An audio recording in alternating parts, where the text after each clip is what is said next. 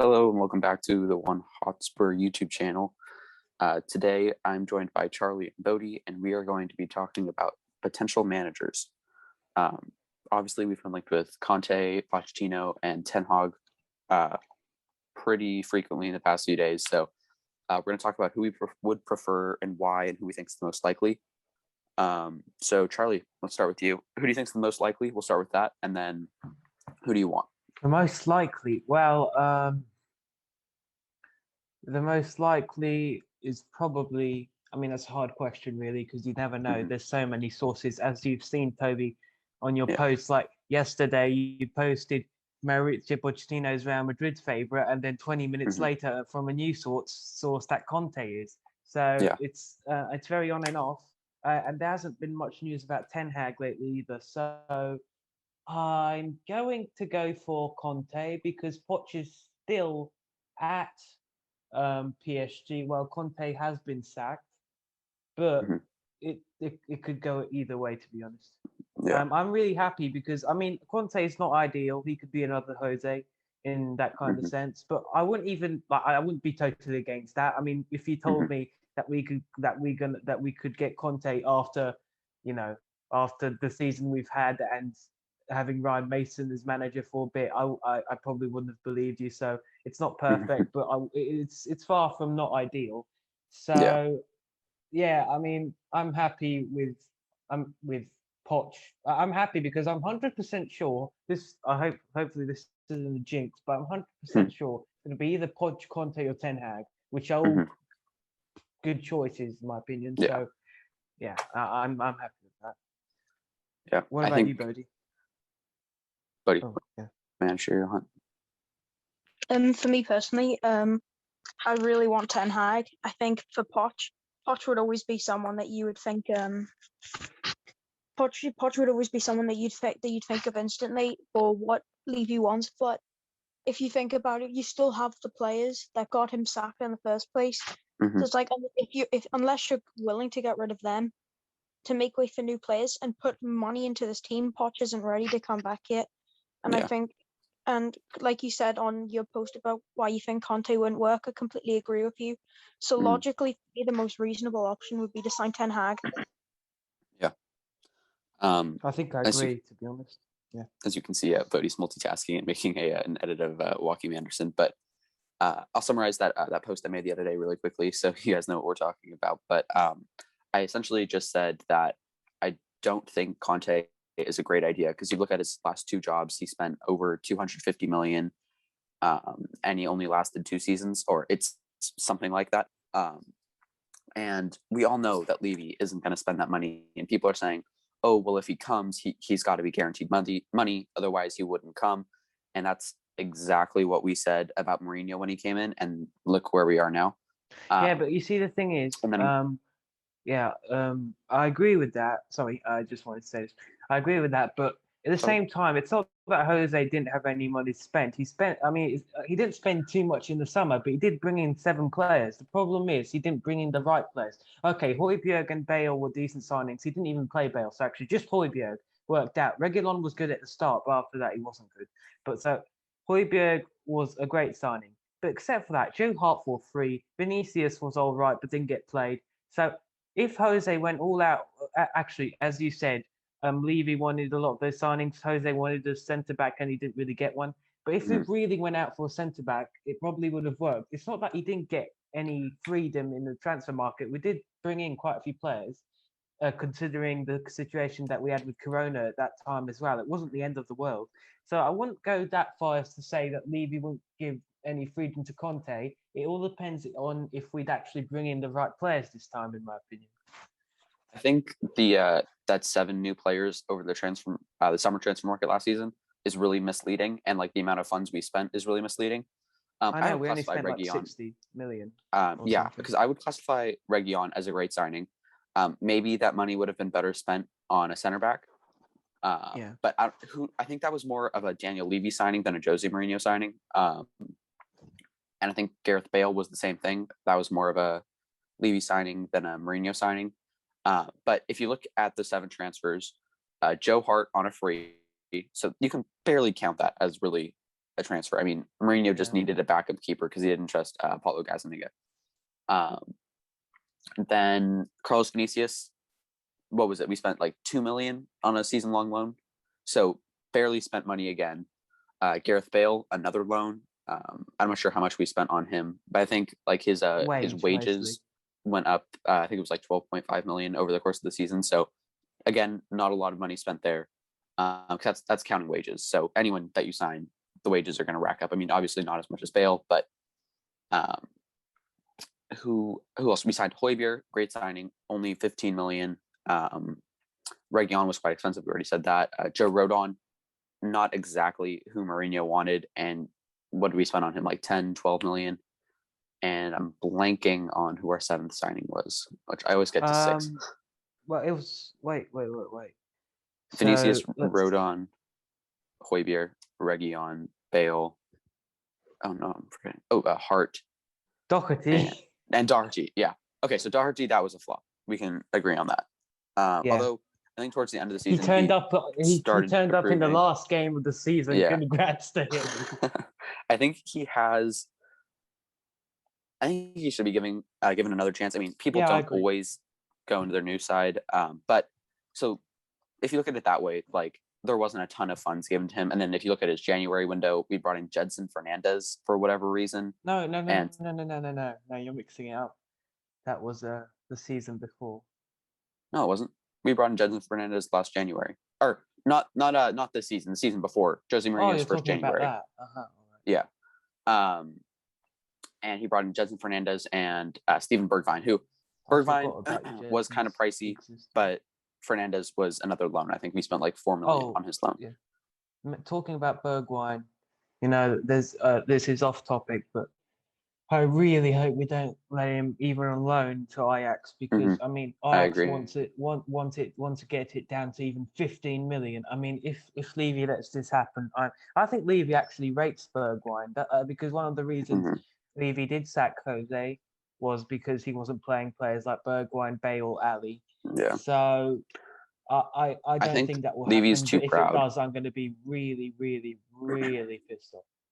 And also, I don't think Levy will do it because he spent quite a lot of money on Stevie. So to let him go for even less money, he's the kind of guy that would do that.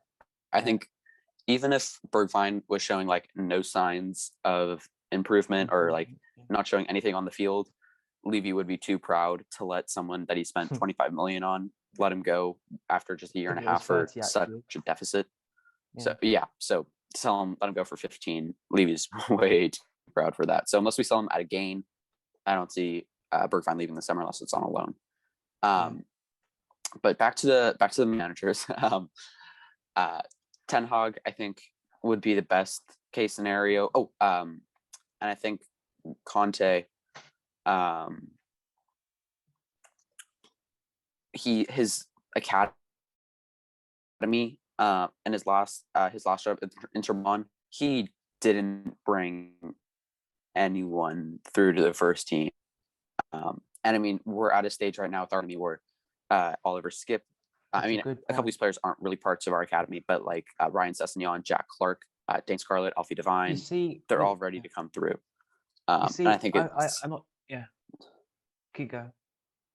And I think Ten Hag has proven at Ajax that he is phenomenal at bringing in younger players.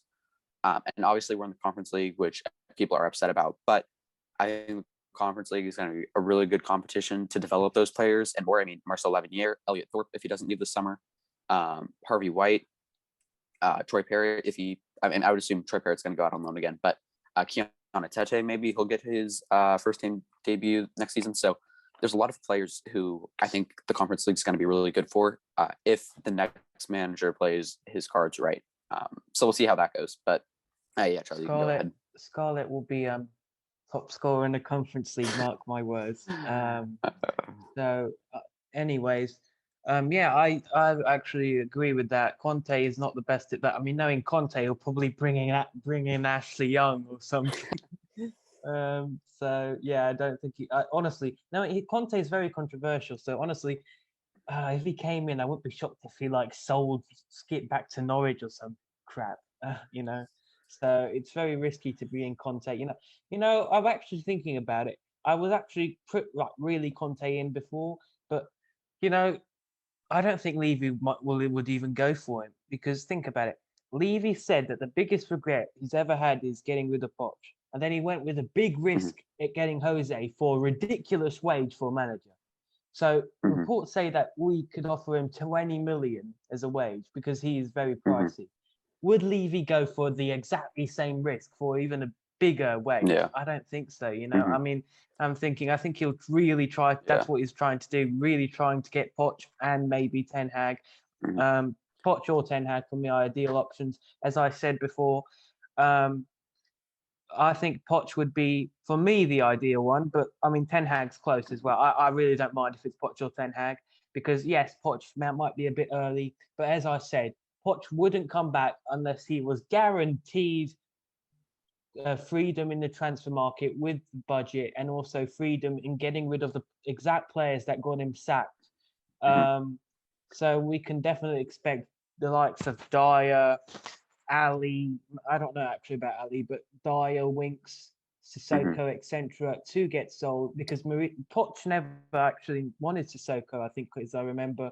So yeah, if Poch did come in, we could expect that this summer, which would be very good for the club. So I really don't mind. But one thing that I really do like about Ten Hag, as you said, is the youth recruitment. And obviously, Ajax are known for having one of the best youth systems, or even the best in the world. They've got Gravenberch, Kudus, Ayer, Schurz. Some absolutely amazing talent. Frankie Young, and Delit, Van de Beek. And also what I wanted to mention is that some reports did mention that quite a while ago, but still did mention that he would really like to, if he was going to move clubs, he would really like to bring in Gravenberch and Kudus with him. So if we had Gravenberch, man. Do you imagine Højbjerg, Skip, and Gravenberch? That would be the most overpowered midfield, man. I can't even imagine. So we can only dream currently, but I am confident that within the next 5 days, the manager will be announced. And a lot of sources have said that don't be shocked if it's. Don't be surprised if it's a huge shock manager. But I mean, imagine if we get Zidane or something. I don't want Zidane at all. No. I see him as one of the best players ever, but definitely not. I mean, I know he won 3 Champions Leagues in a row. I know, but who wouldn't win something with that Real Madrid with that team? squad? I know you need to be a good manager. But I've never really seen him as a tactical, mastermind or anything. Yeah, never I think really at Spurs. About. The other thing too about Conte is his last few jobs have been like 2 years, and I think right now we're like the beginning of a project where we need another manager. And another thing I wanted to say, I saw on Twitter of all places actually, but we're getting really close to getting like blacklisted as a club. Because I mean, our last, I'll explain. Our last couple managers, Pochettino and Mourinho, we sacked in really like kind of disrespectful ways. Like Pochettino, we sacked, and he wasn't allowed to say goodbye to the players. And within like 4 hours or something, Mourinho was brought in, and then Mourinho sacked 6 days before a cup final. And so now if we go through another like top class manager and we sack him in another interesting or disrespectful way, top class managers in the future aren't going to want to come to us. And then we're going to be stuck with the Eddie Howe's and Graham Potter's and Marcelo Bielsa's, is a great manager, I think. But we're going to be stuck with those more middle. I'd actually love Marcelo Bielsa. But, I'd actually like that a lot. But maybe better examples would be Eddie Howe, Chris Wilder, Graham Potter. I forgot about Eddie Howe's existence, to be honest. Scott Parker. He's supposed to go to Celtic in that. By the way, Brentford just got promoted, so that's an interesting one. Why is everyone rooting for Brentford? Okay, we're getting off topic again. Off topic. Back. Anything else either of you want to add on Conte, Pochettino, or Ten Hag? On Conte, I wanted to add, I mean, also he's a bit of a Jose kind of manager because he doesn't play boring football, don't get me wrong. Inter played some great football this season, but he doesn't play free-flowing attacking football either, if you ask me. I think he's more of a moderate kind of. I don't know. Yeah. I don't know if he really fits our club actually. Something interesting, I think, though, is he plays the 3-4-3, which isn't as popular anymore.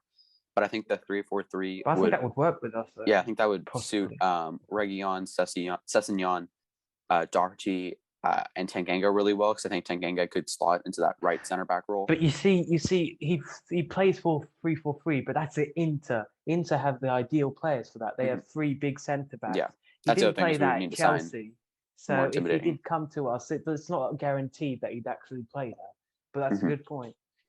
I think we definitely need to sign at least, I think 2 or 3, even maybe, like really solid defenders. Because I think Rodon could be a starting center back for us next season. But like if you put Rodon in the middle, Tanganga on the right, and then if you put someone like experienced and strong, I don't know who that would be, but we actually were close to doing a center back video today, but like a Milinkovic or Joachim Anderson, I don't think either of those are quite what we would be looking for. But this might be controversial, but 4 signings and Ten Hag or Poch, and we're challenging for the title. Now, okay, maybe 5 signings. 5 signings. So, honestly, I don't think our squad is too far away. We need good in my opinion, 2 centre backs. Yeah, right back, 2 centre backs, center mid, striker, and centre mid or attacking mid, and that's it. It's 5. So, so that would also require Reguilon being solid for the full season, or Sessegnon coming back and being able to fill in that role. Solid defenders around him, to be honest. And then I think if Skip comes back and Højbjerg gets rested more, and then that way he doesn't have to be so played like all the time, then he wouldn't get so fatigued at the end of the season. And then we'd also have to bring Bale back, I think, or hope and pray that Bergwijn really hits form next season. But for all the people that are ruling Bergwijn out, in Son's first season, he only had 5 goal contributions, and in Bergwijn's first full season, he had 4. So not everyone hits the ground running. Son's next season is when he really started to take off. So hopefully Bergwijn can do the same next year, but we also have to put some trust in him, because I think Son had like 6 or 7 or 8 more games in his first full season than Bergwijn did. So have a little faith. I think he's shown, his goal against Man United, his goal against City, his cross to Kane against Newcastle, that was like right on the money. He always scores good goals. Yeah, I know, right? His goal against Aston Villa was incredible. I mean, he won the ball back and then muscled off 2 Aston Villa defenders before great touch, powering and then it top an absolute rocket. Yeah. Sadly, the rest of the game was pretty horrific, but and for whatever reason, he was taken off out of all. Anyway, I think that's just about all we got for you. I know this is off topic, but it's also involving managers. I don't know what Napoli are doing. They get rid of Gattuso, who was doing pretty well after losing one game and missing out on top 4, and they get Spalletti. I mean, come on, man. I think that's fine. I think that's all we got. We've discussed everything. Well, thank you for listening. We appreciate you guys following and subscribing. Go subscribe, I think. Is it over here? Or it's over here? It's down there. Here, I'll move my camera so it's even closer. Bam. It's down there, I think. Go subscribe. Hit the like button as well. Turn the little bell on so that you know when we post. Leave a comment. Who do you want? Let us know. We appreciate you guys as always. Oh, follow the Instagram at 1 Hotspur Pod spelled out. And yeah, we'll see you in the next one. Thanks so much. We have a season review podcast coming out tomorrow. Go listen to that. Big one, that. Yeah. All right. We'll see you in the next one. Thank you so much. Come on, you Spurs.